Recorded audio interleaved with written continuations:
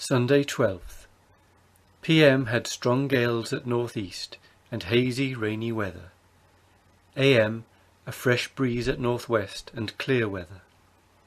In the morning got on board a turn of water, and afterwards sent the longboat into the river for oysters to take to sea with us.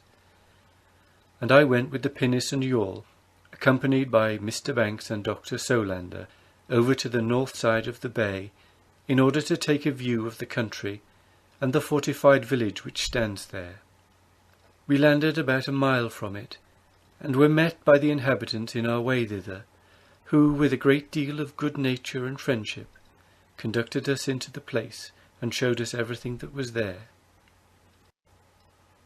This village is built upon a high promontory or point on the north side and near the head of the bay. It is in some places quite inaccessible to man, and in others very difficult, except on that side which faced the narrow ridge of the hill on which it stands.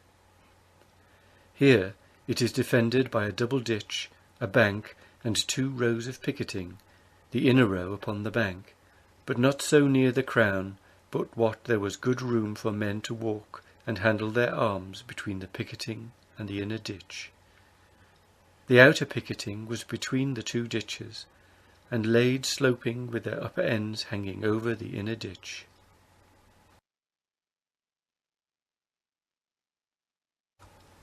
The depth of this ditch, from the bottom to the crown of the bank, was 24 feet.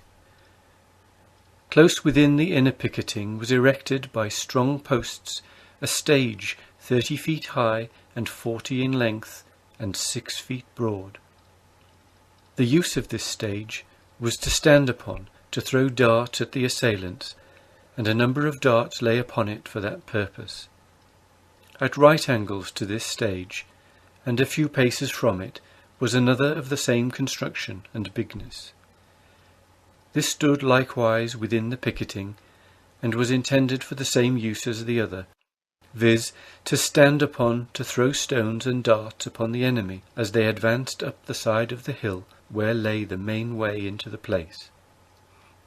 It likewise might be intended to defend some little outworks and huts that lay at the skirts and on this side of the hill. These outworks were not intended as advanced posts, but for such of the inhabitants to live in as had not room in the main works, but had taken shelter under it. Besides the works on the land side, above described, the whole village was palisaded round, with a line of pretty strong picketing run round the edge of the hill. The ground within, having not been level at first, but laid sloping, they had divided it into little squares and levelled each of these. These squares lay in the form of an amphitheatre, and were each of them palisaded round, and had communication one with another by narrow lanes and little gateways, which could easily be stopped up, so that if an enemy had forced the outer picketing, he had several others to encounter before the place could be easily reduced, supposing them to defend every one of the places one after another. The main way leading into this fortification was up a very steep part of the hill, and through a narrow passage about 12 feet long, and under one of the stages. I saw no door nor gate, but it might be very soon have been barricaded up. Upon the whole, I looked upon it to be very strong and well-chosen post, and where a small number of resolute men might defend themselves a long time against a vastly superior force, armed in the manner as these people are. These seemed to be prepared against a siege, having laid up in store an immense quantity of fern roots and a good many dried fish. But we did not see that they had any fresh water nearer than a brook which runs close under the foot of a hill, from which I suppose they can at times get water, though besieged, and keep it in gourds until they use it. Under the foot of the point on which the village stands are 2 rocks. The one just broke off from the main, and other detached a little from it. They are both very small, and more fit for birds to inhabit than men, yet there are houses and places of defence on each of them, and about a mile to eastward of these is another of these small fortified rocks, which communicates with the main by a narrow pathway, where there is a small village of the natives. Many works of this kind we have seen upon small islands and rocks and ridges of hills on all parts of the coast, besides a great number of fortified towns, to all appearances vastly superior to this I have described. From this it should seem that the people must have long and frequent wars, and must have been long accustomed to it, otherwise they never would have invented such strongholds as these, the erecting of which must cost them immense labour, considering the tools they have to work with, which are only made of wood and stone. It is a little strange that with such a warlike people as these undoubtedly are, no omissive weapons are found among them, such as bows and arrows, slings, etc., things in themselves so easily invented and are common in every other part of the world. The arms they use are long spears or lances, a staff about 5 feet long. Some of these are pointed at one end like a sergeant's halberd, others are round and sharp. The other ends are broad, something like the blade of an oar. They have another sort about 4½ feet long. These are shaped at one end like an axe, and the other is made with a sharp point. They have short truncheons about 1 foot long, which they called patu-patoas, some made of wood, some of bone, and others of stone. Those made of wood are variously shaped, but those made of bone and stone are of one shape, which is with a round handle, a broadish blade, which is thickest in the middle, and tapered to an edge all round. The use of these are to knock men's brains out and to kill them outright after they are wounded, and they are certainly well contrived things for this purpose. Besides these weapons, they throw stones and darts. The darts are 10 to 12 feet long, are made of hard wood, and are barbed at one end.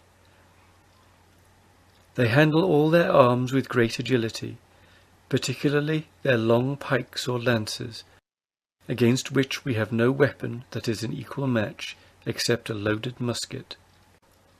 Monday 13th. PM, gentle breezes at northwest and clear weather.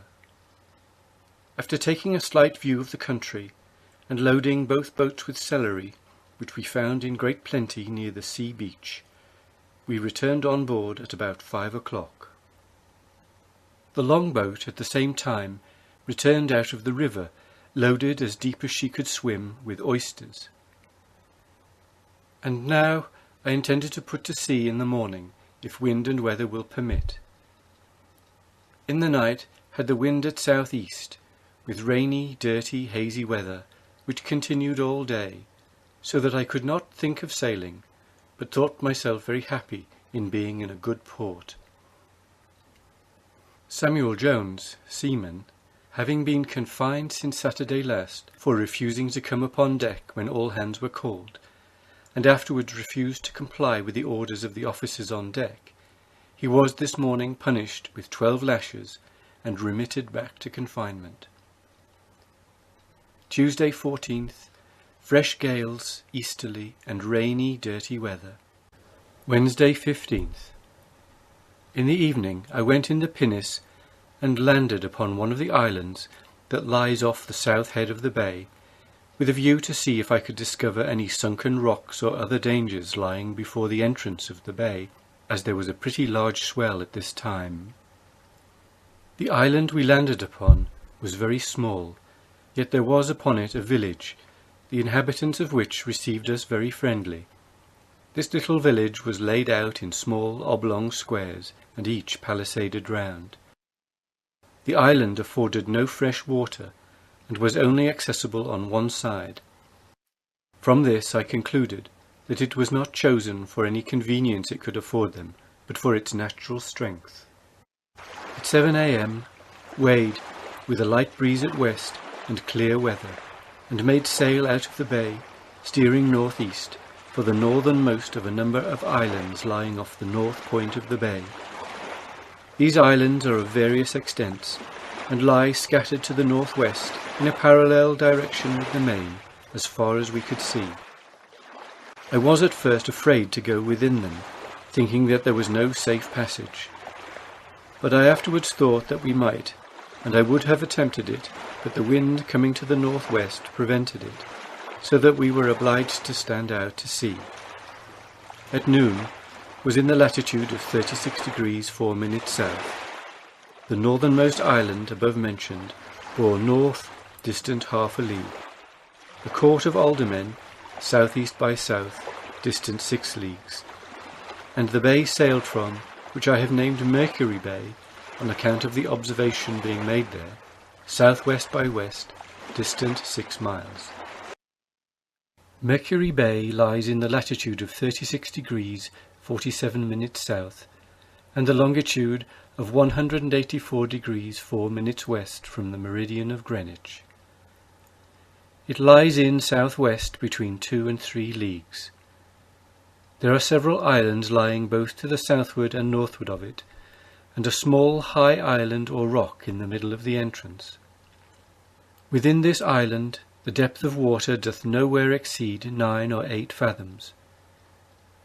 The best anchorage is in a sandy bay which lies just within the south head in 5 and 4 fathoms, bringing a high tower rock which lies without the head, in one with the head, or just shut in behind it.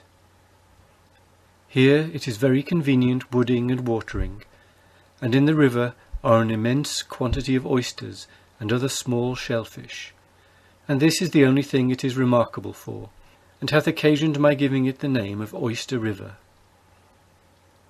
But the snuggest and safest place for a ship to lay in that wants to stay there any time is in the river at the head of the bay, and where there is every convenience the place can afford. To sail up and into it, keep the south shore all the way on board.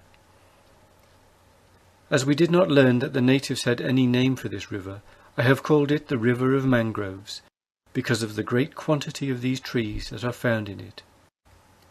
The country on the southeast side of this river and bay is very barren, producing little else but fern, and such other plants as delight in a poor soil. The land on the northwest side is pretty well covered with wood, the soil more fertile, and would no doubt produce the necessaries of life, was it cultivated. However, this much must be said against it, that it is not near so rich nor fertile as the land we have seen to the southward, and the same may be said of its inhabitants, who, although pretty numerous, are poor to the highest degree when compared to others we have seen. They have no plantations, but live only on fern roots and fish. Their canoes are mean and without ornament, and so are their houses or huts, and in general everything they have about them. This may be owing to the frequent wars in which they are certainly engaged.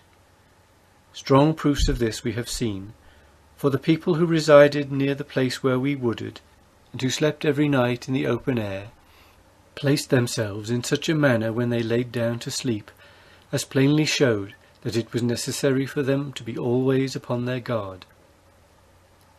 They confirmed the custom of eating their enemies, so that this is a thing no longer to be doubted. I have before observed that many of the people about this bay had no fixed habitations, but have since learnt that they have strongholds, or hippas as they call them, which they retire to in time of danger. We found thrown upon the shore in several places in this bay a quantity of iron sand, which is brought down out of the country by almost every little fresh-water brook. This proves that there must be of that ore not far inland. Neither of the inhabitants of this place, nor any other where we have been, know the use of iron or set the least value upon it, preferring the most trifling thing we could give them to a nail or any sort of iron tools. Before we left this bay, we cut out upon one of the trees near the watering place the ship's name, date, etc., and, after displaying the English colours, I took formal possession of the place in the name of His Majesty.